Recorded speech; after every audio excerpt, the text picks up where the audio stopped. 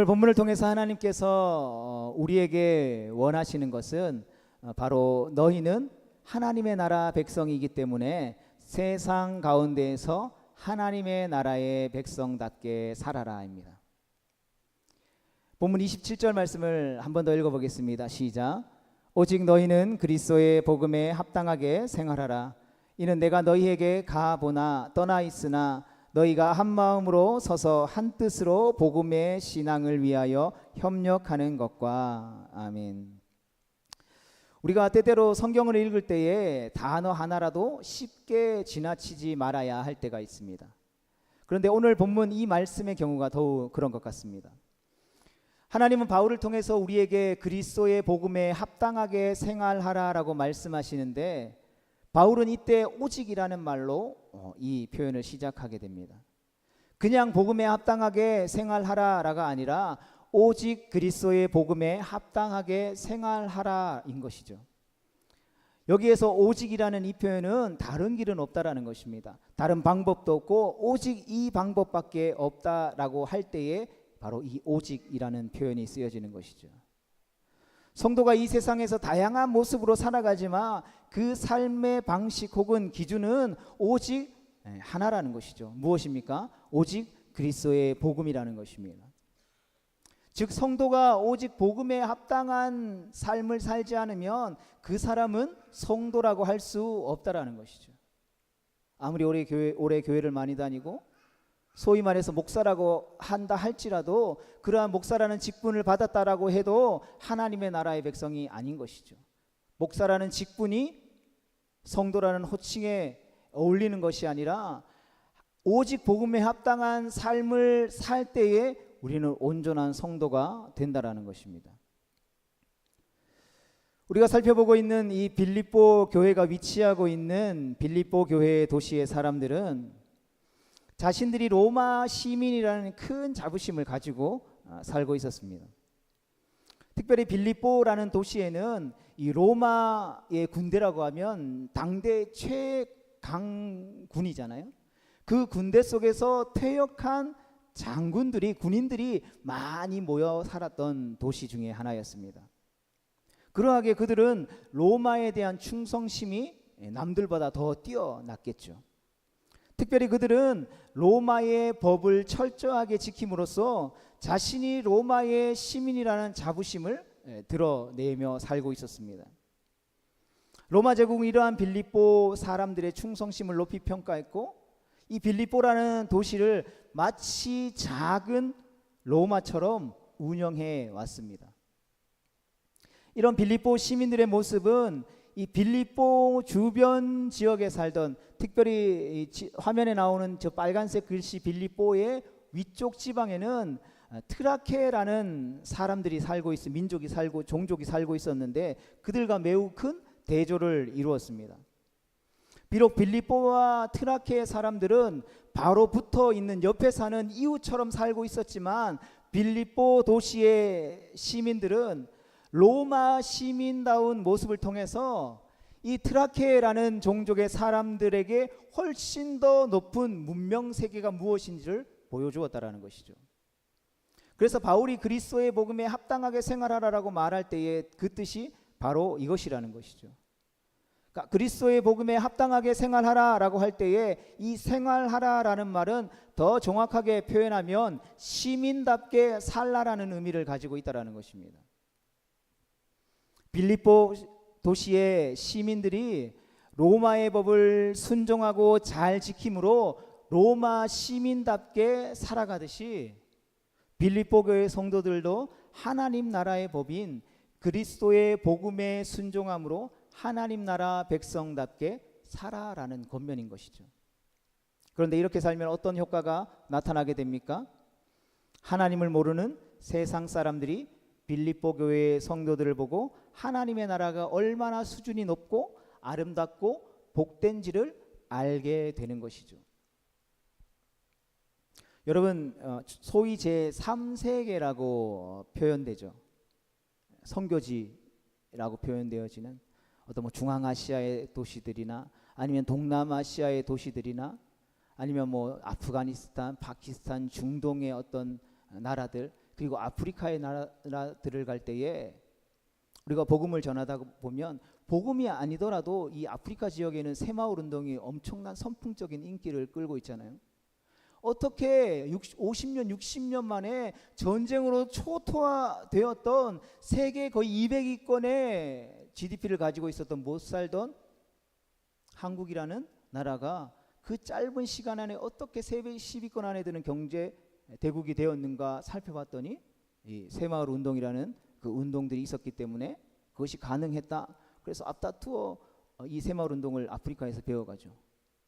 마찬가지로 복음을 전할 때도 동일합니다.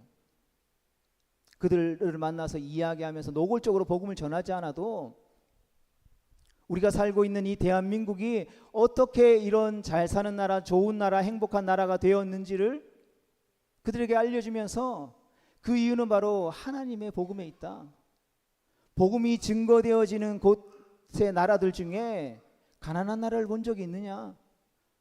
복음이 들어간 지역들은, 복음으로 회복되어지고 부흥을 경험한 지역들은 세계의 중심의 역사를 이끌었던 강대국이 다 되었다라는 것을 자연스럽게 증거할 수 있게 되는 것이죠. 야만 민족 트랑케 사람들이 빌립보 사람들의 모습들을 보고 로마 제국의 위대함을 깨닫게 되어지는 것이죠. 성도 여러분, 이러한 점에서 성도에게 가장 중요한 것은 그리스도의 복음에 합당하게 생활하는 것, 즉 하나님 나라 백성답게 하나님 나라의 법인 그리스도의 복음, 즉 하나님의 말씀에 합당하게 사는 것이라는 것이죠. 여러분, 옷가게 앞을 지나가다 보면 옷가게 안에 들어가지 않아도 그 옷가게에서 파는 옷들이 무엇인지, 그 옷가게의 스타일이 무엇인지 우리가 잘 알 수 있습니다. 쇼윈도라고 하는 유리창에 가게 앞에 지금 시즌에 맞는 옷, 우리 가게에서 가장 핫한 옷, 지나가다 혹해서 들어와서 이 옷을 구매할 만한 옷들을 마네킹 몇 개에다가 전시해 놓죠. 우리가 지나가면서 이 화면에 있는 것처럼 이 모습들을 보면서 내 스타일에 맞네, 이 옷 예쁘네. 그럼 우리는 어떻게 됩니까? 한번 매장을 들려볼까? 라고 생각하고 이 옷을 살 수 있을까 생각하고 이 매장 안에 끌려 들어가게 되죠. 바로 우리가 옷가게의 쇼윈도라는 것이죠. 우리가 복음에 합당하게 살아갈 때에 우리는 마치 옷가게의 쇼윈도처럼 하나님의 나라를 세상에 보여주는 일을 하게 된다는 것이죠. 성도는 그 말과 그 행동을 통해서 하나님의 나라를 보여주는 일을 한다는 것이죠. 즉 우리가 또한 교회가 하나님의 나라의 쇼윈도라는 것이죠. 그런데 쇼윈도에 이런 그 가게에 가장 엉터리 옷을 걸어 놓았다라고 생각해 봅시다. 옷이 이리 찢겨지고 저리 찢겨지고 색깔도 안 맞고 스타일도 안 맞고, 여러분 그러면 그 쇼윈도 앞을 지나가는 그 가게 앞을 지나갈 때에 여러분 손님들이 눈길을 끌겠습니까? 눈길은 끌 수도 있을 것 같습니다. 다른 의미로 그 손님이 여기 빛이 되어져 있는 옷 내 마음에 들어, 나 들어가서 살 거야 하는 사람이 있겠습니까? 아무도 그렇지 않겠죠. 그런 가게에 누구와 무엇을 기대하며 들어가겠습니까? 마찬가지라는 것이죠. 우리가 세상 속에서 살아가면서 우리가 하는 말과 우리가 하는 행동이 이 세상의 사람들과 별반 다를 것이 없다라고 생각해 보십시오. 세상 사람들처럼 사랑 없고 이기적이고 돈만 밝힌다면 쇼윈도의 엉터리 옷을 전시한 것과 다를 바가 없다라는 것입니다. 우리가 그렇게 살아간다라면 누가 예수님을 믿으려 하겠습니까? 여러분 누가 교회에 다니고 싶어 하겠습니까? 예수님을 믿는 사람이라면 복음을 전하는 것이 중요하다라는 것을 모두가 잘 알 것입니다. 그렇다면 어떻게 우리가 복음을 전해야 하겠습니까? 제일 먼저는 우리가 그리스도의 복음에 합당하게 사는 것을 통해서 우리는 복음을 전할 수 있는 것입니다. 즉 하나님의 나라 백성답게 사는 것을 통해서 복음을 전할 수 있다는 것이죠. 다시 말하자면 쇼윈도에 하나님의 나라를 보여주는 좋은 모습을 전시하는 것이죠. 복음을 전하는 일은 여기서부터 시작되어지는 것입니다. 물론 이것이 복음을 전하는 모든 것을 대변해 주지 않죠.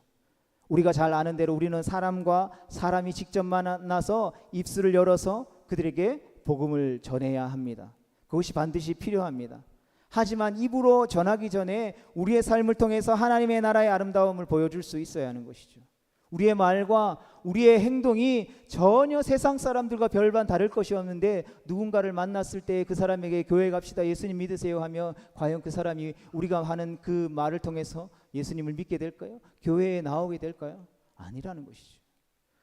우리의 말과 우리의 입술과 우리의 행동과 우리의 생각과 우리의 가치가 먼저 하나님 나라에 합당한, 그리스도의 복음에 합당한 삶으로 사라질 때에 우리가 입술을 열어서 증거하는 복음이 힘을 발휘하게 되는 것입니다.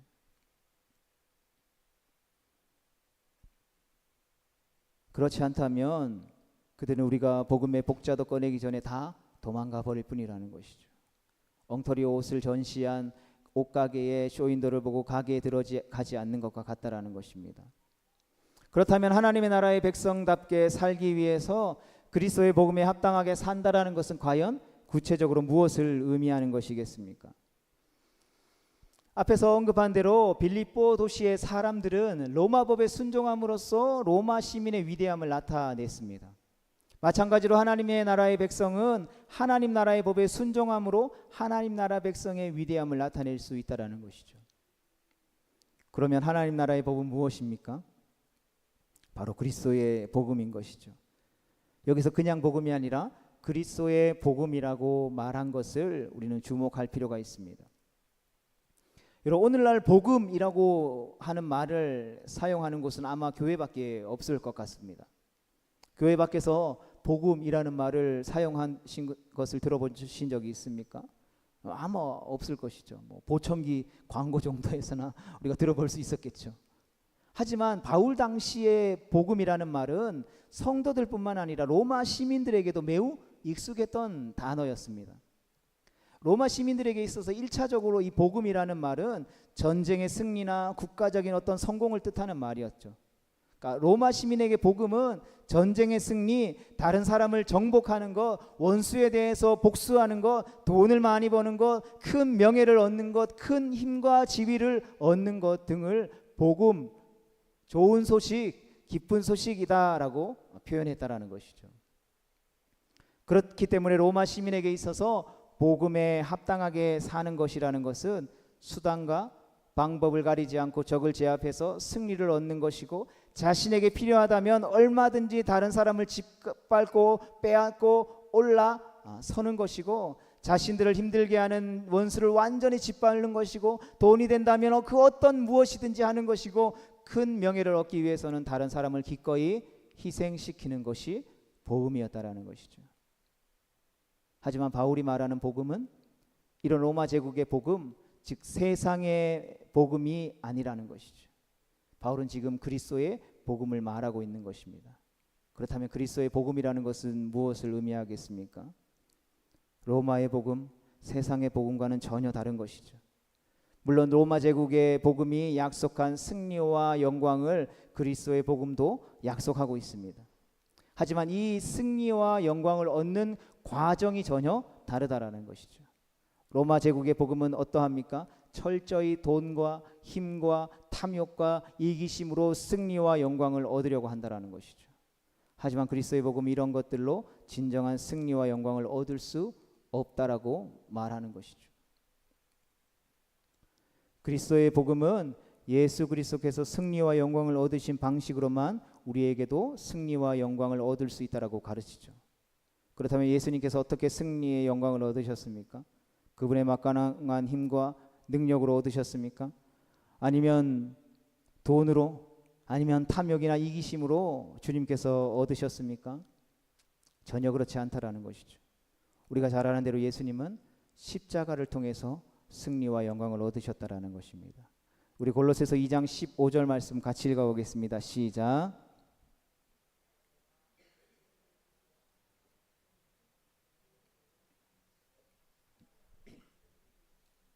아멘. 예수님은 십자가로 진정한 승리를 얻으셨습니다. 또한 예수님은 십자가로 영광을 얻으셨습니다.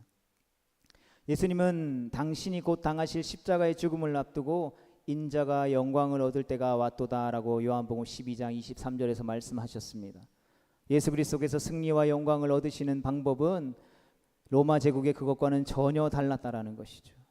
예수님은 당시 사람들에게 저주와 실패의 상징으로 여겨졌던 십자가를 통해서 승리와 영광을 얻으셨다라는 것입니다. 그런데 십자가는 무엇입니까? 십자가는 죽음이죠. 희생이고 겸손이고 자기 부인이고 패배인 것입니다. 로마의 복음과 세상의 복음과 완전히 반대인 것이죠. 로마 제국의 복음은 상대를 짓밟고 이기는 것이고 자기를 높이는 것이고 자기가 영광을 받는 것이고 승리하는 것입니다. 성도 여러분, 우리의 복음은 무엇입니까? 우리는 무엇이 진정한 복음이라고 생각하십니까? 그리스도의 복음입니까? 아니면 로마 제국의 복음입니까? 솔직히 말하면 우리가 추구하는 복음은 그리스도의 복음보다는 로마 제국의 복음에 더 가까운 것 같습니다.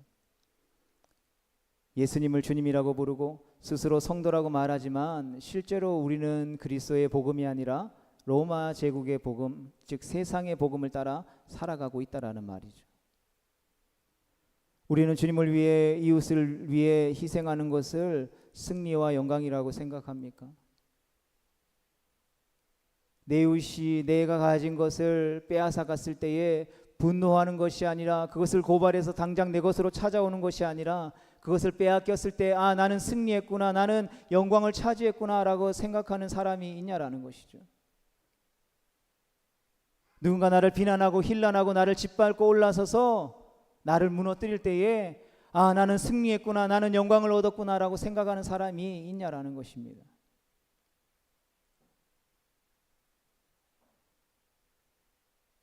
오히려 로마 제국의 복음을 따라 다른 사람 위에 군림하고 모든 사람의 높임을 받고 큰 소리치고 손해보지 않는 것을 승리와 영광으로 여기며 우리도 세상 사람들과 별바 다를 것 없이 살아간다라는 것이죠.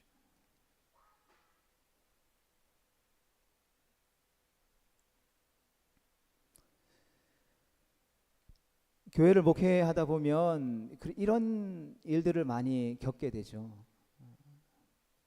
교회는 늘 소위 말해서 손해보는 입장에 놓일 수밖에 없습니다. 목사라는 신분을 가지고 있으면 항상 뭔가 포기해야 할 것 같고 손해 봐야 할 것 같은 그러한 이 분위기가 항상 풍겨옵니다. 그래서 웬만하면 어디 가서 저 목사입니다 라고 밝히는 것을 꺼려하게 된다라는 것이죠. 우리가 속해 있는 어떤 자리에 가서 나는 예수님 믿는 사람입니다 라고 외치고 나서 무엇인가를 시작한다라고 생각해 봅시다. 밝히지 않을 때보다 2배, 3배, 4배, 10배 더 힘든 것을 우리가 경험하게 되는 것이죠. 밝히지 않는 게 속 편한 것이죠. 좀 내 성질 긁는 사람 있으면 나 교회 다닌다라고 이야기하면 뭔가 참아야 될 것 같고 뭔가 막 응어리가 질 것 같은데, 교회 다닌다라고 말 안 하면 그냥 막 내뱉어 버리고 그냥 돌아서 버리면 그만이잖아요. 뭐 언제 다시 보겠다고. 그런데 내가 예수 믿는 사람이라는 걸 처음부터 고백하게 되면 식당 가서 뭐 먹는데 머리카락 나와도 괜히 그냥 먹어야 될 것 같고, 물건 샀는데 하자가 있는데 그냥 괜히 하자나도 그냥 써야 될 것 같은 그러한 생각들이 든다라는 것이죠. 그러하기에 우리는 예수님 믿는 삶으로 살아가는 것을 때로는 숨기고 싶을 때가 있다라는 것이죠. 막 엄청난 일들을 해야만 우리가 로마 제국의 복음을 따라간다라고 말하는 것이 아니라 정말 그런 사소한 삶의 고민들과 그 갈등 속에서 은연중에 우리는 로마의 복음을 더 사모하게 된다라는 것이죠. 여러분, 오늘날 한국교회가 세상 사람들에게 비난받고 조롱당하는 것은 많은 사람들이 생각하듯이 단순히 몇몇 대형 교회의 부도덕한 모습 때문만은 아닐 것입니다. 더 근본적인 원인이 있겠죠. 교회와 성도가 그리스도의 복음이 아닌 로마 제국의 복음을 따르기 때문이라는 것이죠. 앞에 이야기 드렸던 예와 마찬가지겠죠. 세상 사람들이 교회를 바라볼 때에 어떠한 모습으로 바라보겠습니까? 교회는 마치 새하얀 드레스를 입은 것 같은 사람들이라고 교회는 세상 사람들은 생각하죠. 누더기 옷을 입고 있는 사람에게 누더기가 묻었다고 해서 손가락질할 사람이 있겠습니까? 그러나 새하얀 드레스를 입고 있는 사람에게 흙탕물이 튀었다라고 생각해 봅시다. 오늘 점심에 나온 맛있는 김치찌개처럼 막 김치찌개 먹다가 김치찌개 국물이 튀었다고 생각해 봅시다. 그 하얀색 옷에 그 김치찌개 국물이 더 선명하게, 더 확연하게 잘 보이는 것이죠. 교회가 성도가 로마 제국의 복음을 따른다면 그것은 맛을 잃은 소금에 불과하다라는 것이죠. 예수님은 맛을 잃은 소금은 아무짝에 쓸모가 없어서 밖에 버려져서 사람들의 발에 밟힐 뿐이라고 말씀하셨다라는 것이죠. 맛을 내야 할 소금이 맛을 잃어버린 것, 이것이 예수님께서 오늘 우리와 한국교회를 보면서 내리시는 결론이 아니겠습니까? 막 엄청난 일을 했기 때문에, 엄청난 일을 했으니까 잘했고 아무 일도 못했으니까 못했다, 이것으로 예수님이 평가하는 것이 아니라 그리스도의 복음을 따랐다면 그 모양과 상황과 형편에 상관없이 주님은 잘했다, 착하고 충성된 종아 칭찬해 주시는 것이고, 로마의 복음을 따랐고 세상의 복음을 따랐다면 맛을 잃은 소금이다라고 우리를 책망하실 뿐이라는 것이죠. 바울은 오늘 우리에게 오직 그리스도의 복음에 합당하게 생활하라고 말합니다. 예수님께서 승리와 영광을 얻으신 방식을 따라 살아라고 권면하고 있습니다. 예수님께서 십자가의 죽음으로 승리와 영광을 얻으셨던 것처럼 우리 또한 십자가를 져야 한다라는 것이죠. 그렇게 사는 것이 하나님 나라 백성다운 삶이라고 우리에게 말하고 있는 것입니다. 이렇게 이야기하면 질문이 생기겠죠. 화면에 나와 있는 것처럼 십자가에서 죽는 것이 어떻게 승리와 영광이 될 수 있느냐라고. 바로 여기에 기독교가 가지고 있는 놀라운 비밀이 숨겨져 있습니다. 앞에서 말씀드렸던 것처럼 로마 제국의 복음은 철저히 사람의 힘으로 승리와 영광을 얻는 것입니다. 그러하기에 무한 경쟁 사회 속에서 이겨야 하는 것이죠.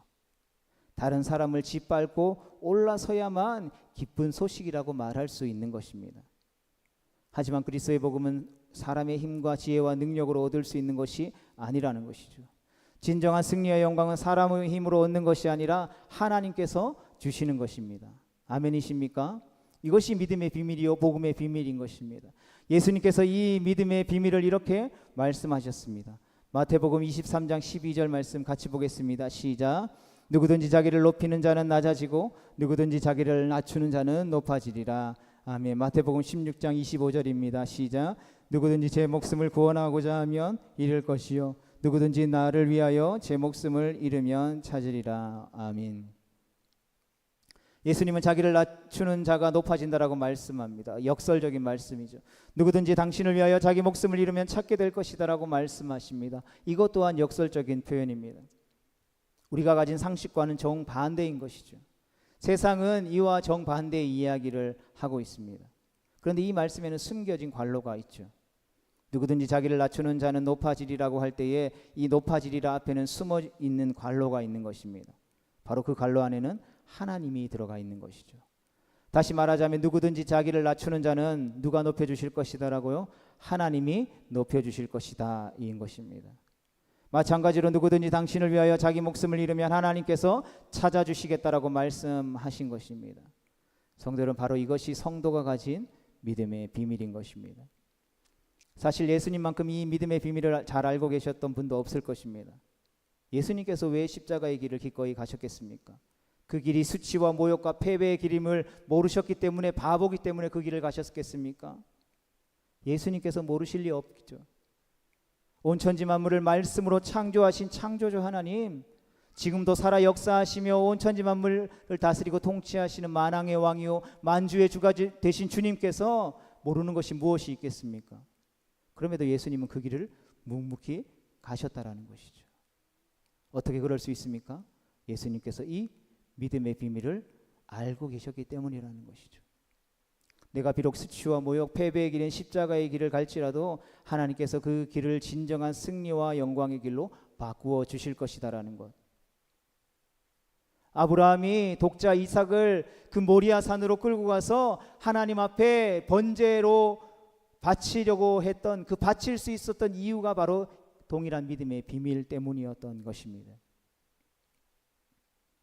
하나님께서 십자가를 통해 내게 승리와 영광을 주실 것이다라는 믿음을 가지고 예수님은 그 십자가의 길을 가셨다라는 것이죠. 여러분, 그 결과가 무엇입니까? 부활과 승천이라는 승리와 영광인 것입니다. 성도 여러분, 그러하기에 그리스도의 복음에 합당하게 사는 것은 결코 손해보는 장사가 아닌 것이죠. 세상에서 말하는 것처럼 망하는 길이 아니라는 것이죠. 이 길을 모르는 세상 사람들은 예수 믿고 말씀대로 살면 망해 라고 이야기하지만, 손해보는 거야, 너 그러면 성공할 수 없어 라고 말하지만, 성경의 진리로 우리에게 말씀해 주는 것이 무엇입니까? 이것만이 승리를 얻는 유일한 길이다, 영광을 얻는 유일한 길이라고 우리에게 말씀해 주고 있다라는 것이죠. 그리고 이 양갈래의 복음의 길 중 선택은 너희가 하라고 말씀하고 있는 것입니다. 여러분, 이것이 승리의 길이고 영광의 길이지 않았다면 예수님께서 그 십자가의 길을 가셨을 것 같습니까? 십자가의 길을 묵묵히 걸어가신 예수님을 우리는 바라볼 수 있어야 하는 것입니다. 내가 세상에 속해서 살아가면서 세상의 가치와 주변 사람들의 그 말에 내 생각과 내 가치가 흔들리려고 할 때, 내 믿음이 흔들리려고 할 때 우리는 누구를 바라보아야 한다고요? 그 십자가의 길, 그 영광의 길, 승리의 길을 걸어가신 예수님을 우리가 바라볼 수 있다라면, 그 광야에 뱀에 물려가지고 죽어가는 그 이스라엘 백성들이 그 광야의 장대 위에 높이 들리운 놋뱀을 쳐다볼 때에, 그 십자가에 달리신 예수님 그 승리의 영광을 바라볼 때에 구원함을 얻을 수 있는 것입니다. 십자가 죽음 이후에 예수님께서 주어진 부활의 승리와 승천의 영광을 우리는 주목할 수 있어야 하는 것이죠. 하나님, 우리가 하나님의 나라의 백성으로서 예수님께서 가신 그 길을 똑같이 걸어가기를 원하십니다. 그래서 예수님께서 얻으신 승리와 영광을 우리 또한 똑같이 얻기를 원하신다라는 것이죠. 그러하기에 사도 바울은 우리에게 권면합니다. 오직 너희는 그리스도의 복음에 합당하게 생활하라고. 성도 여러분, 다른 길은 없습니다. 다른 삶의 방식은 존재하지 않는 것이죠. 우리가 가야 할 유일한 길은 그리스도의 복음에 합당하게 사는 것입니다. 그리스도께서 가신 길을 똑같이 걸어가는 것입니다. 바라기는 이 고난의 한 주간을 지나면서 우리 앞서 걸어가신 그 예수님을 우리가 다시 한번 더 바라볼 수 있기를 주님의 이름으로 축복합니다. 그 예수님을 바라봄으로 우리의 시선이, 우리의 가치와 우리의 생활의 방식이 주님과 같은 그리스도의 복음에 합당한 삶으로 살아왔는지 점검할 수 있게 되기를 원합니다. 우리가 조금 비뚤어져 있었다면, 조금 엇나 있었다면 주님을 다시 바라봄으로 다시 한 번 더 주님과 일치되어지고 정렬되어지는, 그래서 그리스도의 복음에 합당하게 살아갈 수 있는 거룩하고 복된 성도 되어질 수 있기를 주님의 이름으로 축복합니다.